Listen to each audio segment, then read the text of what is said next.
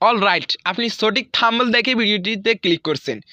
আমরা আজকে আলোচনা করব, আমরা যখন সচরাচর একটা নাম্বার সেভ করি সেটা আমাদের কারেন্টে সেভ হয়, অর্থাৎ ফোনে সেভ হয়, সেই সাথে আমাদের ইমোতেও সেভ হয়ে যায়। আমরা চাচ্ছি শুধু নাম্বারটা কারেন্টে সেভ হোক, কিন্তু ইমোতে না সেভ হোক। তো সেটার জন্য কি করতে হবে, আজকের টিউটোরিয়ালটি। তো আপনারা যদি ভিডিওটি এইচডি কোয়ালিটিতে দেখতে চান তাহলে কালো সাবস্ক্রাইব বাটনটি ক্লিক করুন, তাহলে ভিডিওটি এইচডি কোয়ালিটি আপনারা দেখতে পারেন। তো শুরু করা যাক আজকের ভিডিওটি, লেটস গেট ভিডিও।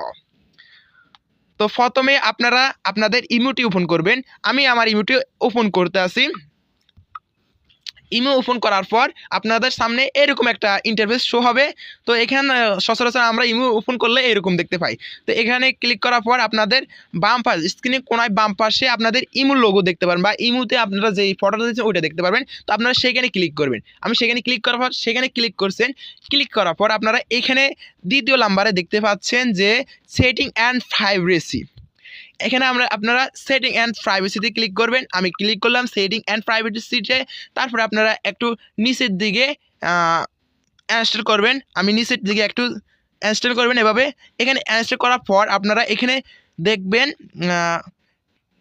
একেবারে লাস্টটার উপরেরটা, অত হচ্ছে অ্যাড অ্যান্ড কন্ট্যাক্টস। তো এখানে ক্লিক করবেন।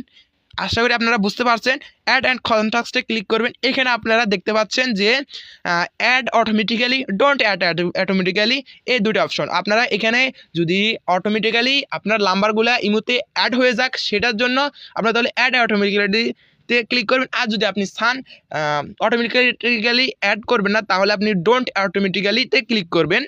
তো আমি এখানে ক্লিক করছি এটা।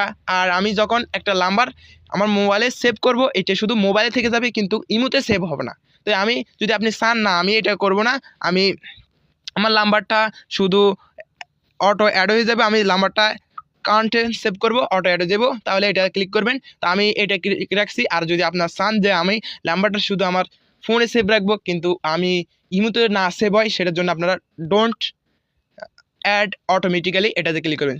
তো ভিডিওটি যদি ভালো লাগে তাহলে চ্যানেলটিকে সাবস্ক্রাইব করবেন, লাইক করবেন, ভিডিওটি শেয়ার করেন, আপনার প্লে লিস্টে সেভ করে রাখবেন, যেন পরবর্তী কোনো সময় ভুলে গেলে বা আপনার ভিডিওটি মনে করেন যে এখন আপনার প্রয়োজন অনুযায়ী আপনার অ্যাড করা লাগছে না, পরবর্তী আপনার অটোমেটিক অ্যাড করা লাগবে, তাহলে পরবর্তীতে আপনি ভিডিওটা দেখে নিতে পারবেন। আপনি একটা প্লে লিস্টে আপনি ভিডিওটা অ্যাড করে রাখবেন। তো এই পর্যন্ত এই ভিডিওটি। সবাইকে ধন্যবাদ ফুল ভিডিওটি দেখার জন্য।